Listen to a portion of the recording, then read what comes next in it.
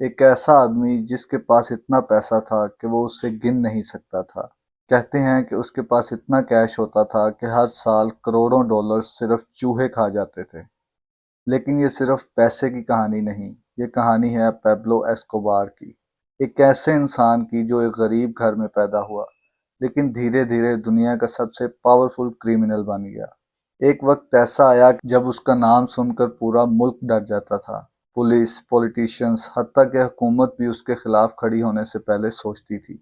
لیکن سوال یہ ہے کہ ایک عام لڑکا اتنی طاقت تک پہنچا کیسے، اور پھر اتنی طاقت کے باوجود وہ سب کچھ ہار کیسے گیا؟ یہ کہانی صرف ایک کریمنل کی نہیں بلکہ پاور، پیسہ اور انجام کی کہانی ہے۔ پیبلو ایمیلیو ایسکوبار گواریا 1 دسمبر 1949 کو کولمبیا کے شہر ریونجرو میں پیدا ہوا۔ اس کے والد ایک معمولی سے اسکول ٹیچر تھے، جبکہ اس کی والدہ گھر سنبھالتی تھیں۔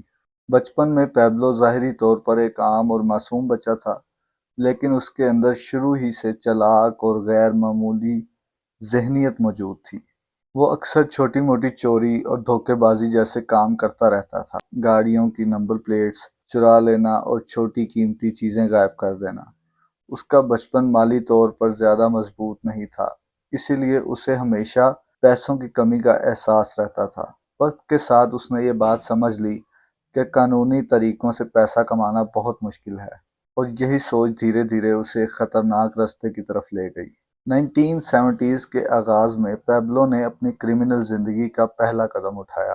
شروعات چھوٹی موٹی وارداتوں سے ہوئی، جیسے گاڑیوں کی چوری، جعلی دستاویز بنانا اور سمگلنگ۔ لیکن جلد ہی اس نے ایک ایسی چیز نوٹس کی جس نے اس کی زندگی کا رخ بدل دیا۔ اس نے دیکھا کہ ڈرگ بزنس میں پیسہ بے پناہ ہے، اور خاص طور پر کوکین، جو اس وقت امریکہ میں تیزی سے پاپولر ہو رہی تھی۔ یہیں سے پیبلو نے فیصلہ کیا کہ وہ اس گیم کا حصہ بنے گا۔ اس نے اپنی فیملی اور قریبی لوگوں کے ساتھ مل کر ایک مضبوط سپلائی نیٹ ورک تیار کیا، جو کولمبیا سے شروع ہوتا، سینٹرل امریکہ اور میکسیکو سے گزرتا، اور آخر کار یونائٹڈ اسٹیٹس تک پہنچتا تھا۔ ڈیمانڈ اتنی زیادہ تھی کہ پیسہ بہتے پانی کی طرح آنے لگا۔ لیکن پیسے کے ساتھ ساتھ پیبلو کا طریقہ بھی بدلتا گیا۔ اس نے اپنے دشمنوں کو ختم کرنا شروع کیا۔ پولیس اور سیاسی افراد کو رشوت دینا عام بات بن گئی، اور دوسری طرف وہ عوام کے سامنے اپنی ایک مختلف تصویر پیش کرتا تھا۔ غریب لوگوں کے لیے اس نے گھر، سکولز اور روڈ بنوائے، جس کی وجہ سے بہت سے لوگ اسے اپنا ہیرو سمجھنے لگے۔ لیکن اصل کہانی کچھ اور تھی۔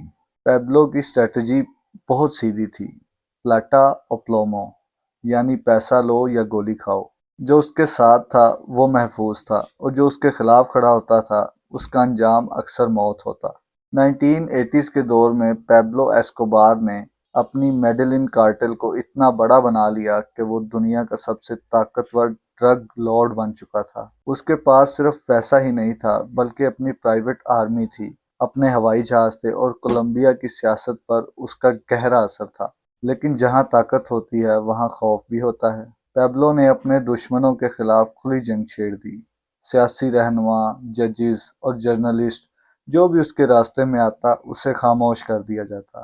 1989 میں اس کے حکم پر سپریم کورٹ کے ججز کو قتل کر دیا گیا، صرف اس لیے کیونکہ وہ اس کے خلاف فیصلہ دینے والے تھے۔ یہ صرف جرم نہیں تھا، یہ خوف کا نظام تھا۔ اس کے ساتھ ساتھ پیبلو نے سیاست میں بھی داخل ہونے کی کوشش کی۔ 1984 میں اس نے کولمبیا کی کانگریس کے الیکشن میں حصہ لیا، لیکن وہ کامیاب نہ ہو سکا۔ پھر بھی اس نے اپنی سیاسی طاقت کو کم نہیں ہونے دیا، کیونکہ اصل طاقت اس کے پاس پیسہ اور خوف دونوں کی صورت میں موجود تھی۔ اس دوران امریکن ڈی اے ای اور کولمبین پولیس نے اسے پکڑنے کے لیے ہر ممکن کوشش کی، لیکن پیبلو ہمیشہ ایک قدم آگے رہتا تھا۔ پھر آیا 1991، جب اس نے خود ہی سرنڈر کرنے کا فیصلہ کیا، لیکن اپنی شرطوں پر۔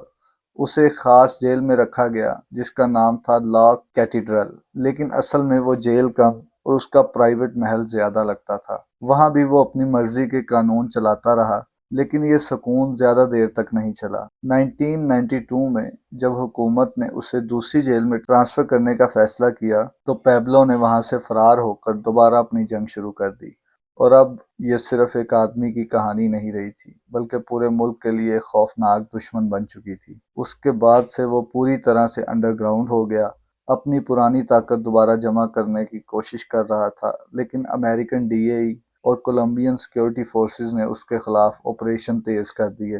آخر کار 2 دسمبر 1993 کو انہوں نے میڈلن کے ایک ریزیڈینشل ایریا میں اس کو ڈھونڈ لیا۔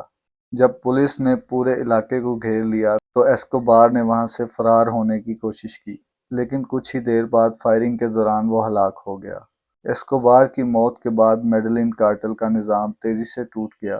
اس کے ساتھ ہی کولمبیا میں ڈرگ ٹریفکنگ کی پاور سٹرکچر میں بھی بڑی تبدیلی آئی، لیکن اس کے اثرات اور نشانیاں آج بھی ملک کی تاریخ میں محسوس کی جا سکتی ہیں۔ پیبلو ایسکوبار کی کہانی ہمیں یہ سمجھاتی ہے کہ جو بھی طاقت یا دولت غلط راستوں سے حاصل کی جائے، اس کا انجام اکثر تباہی ہی ہوتا ہے۔ ایک وقت پر کچھ لوگ اسے انفلوئنس یا پاور کی وجہ سے ایڈمائر کرتے تھے، لیکن حقیقت یہ ہے کہ وہ دنیا کے سب سے بدنام اور خطرناک کرمنل فگرز میں سے ایک تھا۔ اگر آپ کو یہ کہانی انفارمیٹیو لگی ہو تو لائک کریں، شیئر کریں اور چینل کو سبسکرائب کرنا نہ بھولیں۔ شکریہ۔